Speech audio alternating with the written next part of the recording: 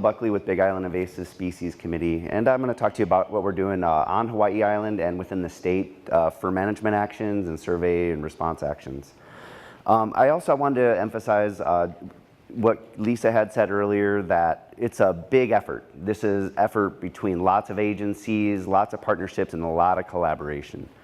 So with that, so the first thing you do, we have to know where it is on the island. So each of the different islands has a survey schedule yearly. So each of the islands looks at the whole of the ohia population on the island twice yearly with aerial surveys.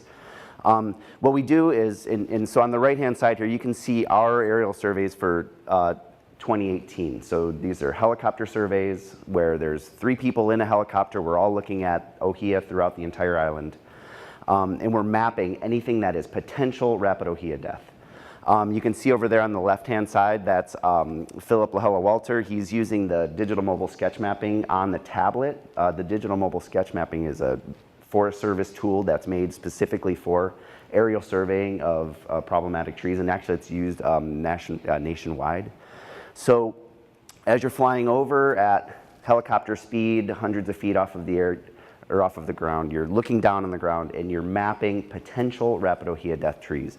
If there's just maybe 1 or 2 trees, you're using a point, and then you're actually adding some details to that point.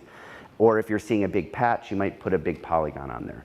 So I want to just throw a word of caution now. You're reading in the paper, you're hearing on the news that there's X, thousands of acres that are affected by rapid ohia death. Some of that information is coming from our mapping efforts. And so when we're flying over and we're drawing a big polygon, we're also, again, assessing attributes to that polygon. And so in that big area, there may only be less than 1% of that area affected by rapid ohia death, or it could be much larger. It could be over 50% affected. So when you hear that number, X number of acres affected by rapid ohia death, that doesn't mean the entire acre is dead or dying or something like that. It could be a very small percent within that.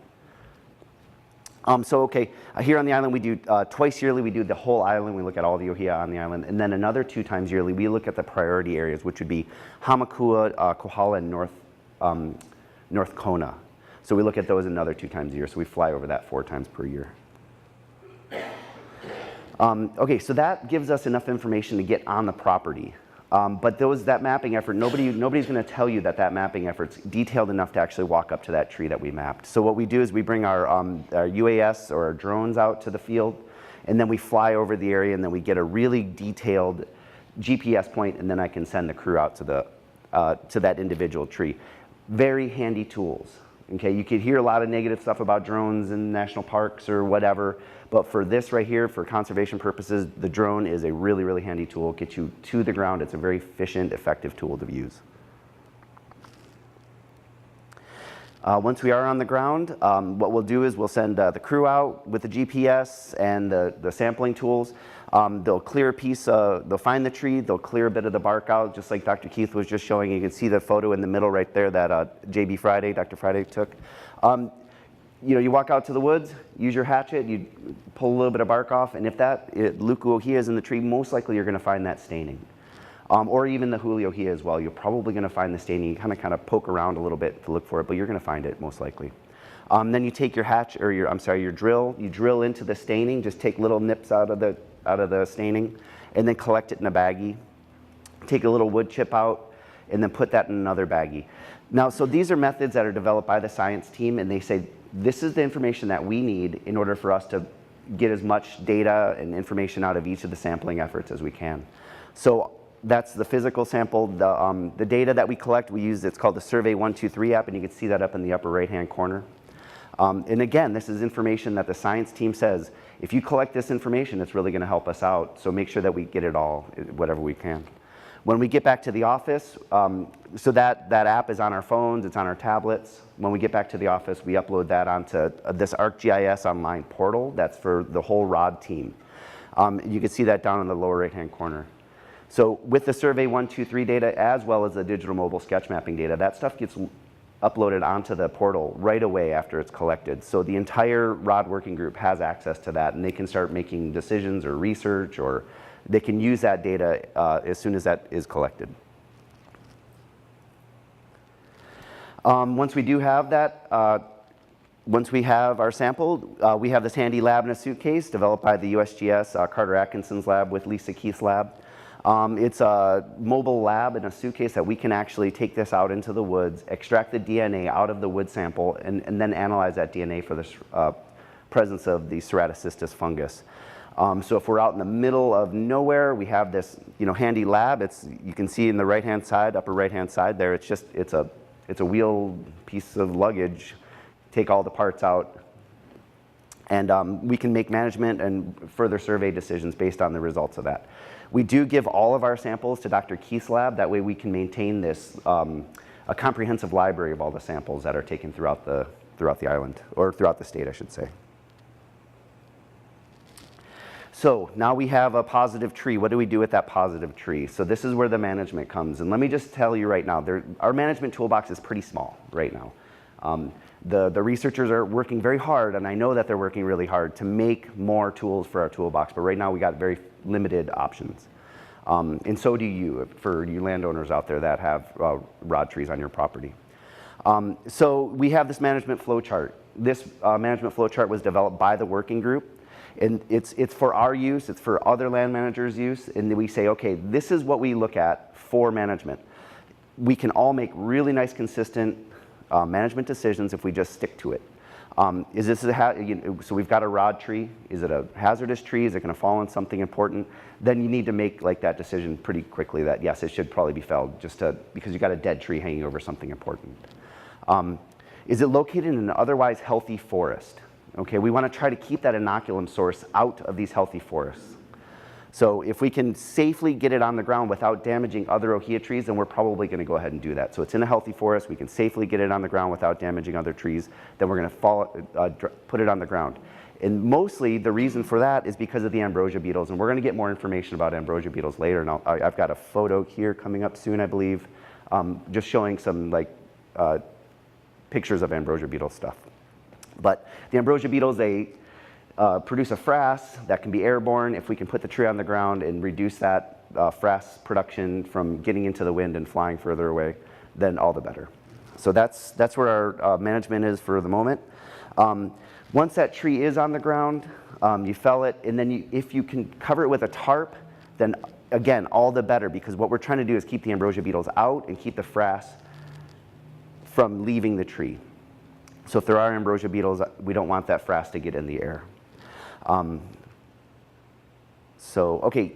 Another point that Dr. Keith had made was that fungus is entombed within the tree. The only way that it's going to get out of the tree is either essentially through ambrosia beetle frass or from a chainsaw. So if you do fell the tree, then you want to minimize your bucking. Just try to fell it, cover it with a tarp, and then you're in good shape. If you need to cut it up more, say if you wanted to make firewood or something out of it, I'll get to that a little bit later, but you want to try to cut it as little as possible, because as you're cutting, you're releasing that fungus and it's getting airborne. So one example of a management effort, a couple years ago, the furthest north Luku ohia infestation was just up above Laupahoehoe on a private ranch. Likely when they did some pasture improvements with the bulldozer, they dinged up some trees just at the wrong moment when there was a bunch of inoculum floating around, and they inoculated a whole bunch of trees in a large area. We have since then, over the last couple years, felled over 170 trees. Because this was such a big area with so many trees and there's active cattle ranching going on, instead of covering all with tarps, we've ended up pushing them with a bulldozer into big piles. Since then, I can tell you right now, they're mostly grown over with other vegetation, other weedy vegetation mostly. And now it's an active management site, but it's also an active research site. So Dr. Peroy's lab, Dr. Ryan Peroy's lab, I'm sorry, is that 2 minutes? 5, okay. Dr. Ryan Peroy's lab out of UH, they're doing drone surveys over this to get detailed information on mortality. So this is a really cool site for us, because not only are we doing the management on this site, but we're also getting a lot of really good research data from this site. And I think maybe Dr. Friday is going to talk to us a little bit about that later. So stay tuned for more information on that. So for landowners, what can landowners do if you have a rod on your property? Now, So first, you don't know. If you just saw your tree die, you don't know if it's rot or not, so you're going to want to get it sampled. Now, for the priority areas, and again, those would be Hamakua, North Kona, and Kohala, we would like to come out and check out those trees and sample those trees and then talk to you about the results. And then talk to you about options that maybe you have with that wood. If you do live in those Hamakua, North Kona, Kohala areas, then you can get a hold of either the Early Detection Rapid Response Team or the rot outreach team via the website.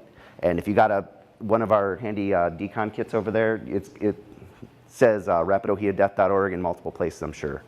So get a hold of Corey probably, or the Rapid Ohia Death team, and then they'll get to probably us or some of the other managers out there, and then we'll come out, make an appointment with you, and come check on your trees for you. Testing is free. When you do reach out to folks, if you could have photos, like really nice photos, think about lighting and all that kind of good stuff. If you can get us some good photos, because that really, really helps make decisions on how quickly we should be getting out there, that would be great. If you're not in that priority area, if you're in, Ka'u and Puna and stuff like that, it's not that it's not important what's going on your property. It's just that, Dr. Keith's lab is overwhelmed. You just heard her say, thousands of samples taken just from that research. Well, we're also giving her hundreds of samples a year, and everybody else is giving her hundreds of samples a year. So it doesn't mean we don't want to talk to you about it. We definitely would love to talk to you, but the priority areas are somewhere we need to really focus. So. Okay, so now let's say you do have rod on your property and it's been confirmed with results. Now, it's the fell or no fell situation. If it's hazardous, yes, you probably want to fell it. In many other cases, you may want to fell that tree because, again, it's an inoculum source that's right there on your property, and most likely ambrosia beetles are going to be coming. If you do decide to fell it, Dr. Friday, this is for you, please talk to an arborist. Get a certified arborist, somebody that knows what they're doing and can safely get the tree on the ground, okay? It's, I know, a lot of people have used chainsaws and stuff like that. These trees, they're not as predictable. They no longer have that canopy to help get the tree on the ground. They're much trickier, and so please just go ahead and get an arborist. And BISC, at the BISC website, we have a list of certified arborists that can help you out with that. So also don't fell it if it's unsafe, if it's too old or if it could feasibly hit something important, or if it's likely to hurt or wound any other ohia trees. If you ding the tree, you probably, you're felling a tree, you're kicking out an inoculum. If that tree falls and hits another ohia tree and dings it, you're probably inoculating that tree and just going to kill the tree. So there's lots of good reasons to call an arborist, somebody that knows what they're doing to fell these trees. Okay, you can burn it. Okay, once the tree is on the ground, you have options. You can burn it or basically tarp it, but we want it to stay on the property or within the neighborhood here. If you're going to burn it, then you need to burn it in a fireplace, an emu, a smokehouse, a barbecue, something contained. Burn piles are not permitted, and I believe they are permitted if you get a permit. For agricultural burning, for ag producers and ranchers, you can get a burn permit, and then there are conditions to that permit. You have to go through that process. Homeowners, you're not allowed to just pile wood and burn it. Okay, thank you. Yep, so yeah, again, emu, fireplaces, that kind of thing. A lot of good reasons to burn ohia wood. Once it's lit on fire, that fungus is it's going to die off. It's not like getting in the air somehow or another. So again, when you are using your chainsaw, though, you're kicking up a lot of dust. So try to do that on a day that's not real windy, maybe on a day like a little sprinkly or something. If you tarp it, that's a great way to keep the boring beetles out and the frass in. And again, other kind of wood treatments, if you do have like some nice diameter wood and you want to try to figure out what to do with it, like Dr. Keith was describing earlier, if you could kiln dry it, if a dried piece of lumber no longer has viable spores in it, then it can be milled and used for flooring or all the other kind of good stuff. Posts, if you air dry a post, we don't know exactly how long it takes to air dry a post. Again, like Dr. Keith was saying, it probably takes a long time to air dry that post. And it may be getting attacked by boring beetles as it's drying. So that's a little bit dicey. But any way you look at it, these cannot be moved off island or ideally out of the neighborhood. So please just keep it on your property, keep it within the neighborhood. Oh, and treatment options are coming online. So as more and more information comes available, we'll keep you up to date. So again, I want to emphasize that it's a statewide effort.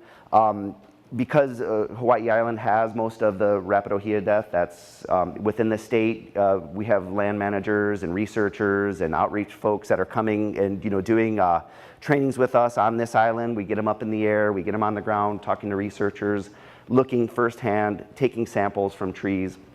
We had the opportunity to go to Kauai. A lot of us had the opportunity to go to Kauai to help with that effort over there too. So it's an effort that we're all working together as a team to try to help, combat rod throughout the state. And with that, I want to throw one more thing out there. There is a lot of healthy ohia forest. Most of the forest here is still healthy and beautiful. Take my word for it, there's a lot of beautiful, healthy ohia forest still out there. So that's what we're trying to work to help protect that forest. So with that, thank you very much.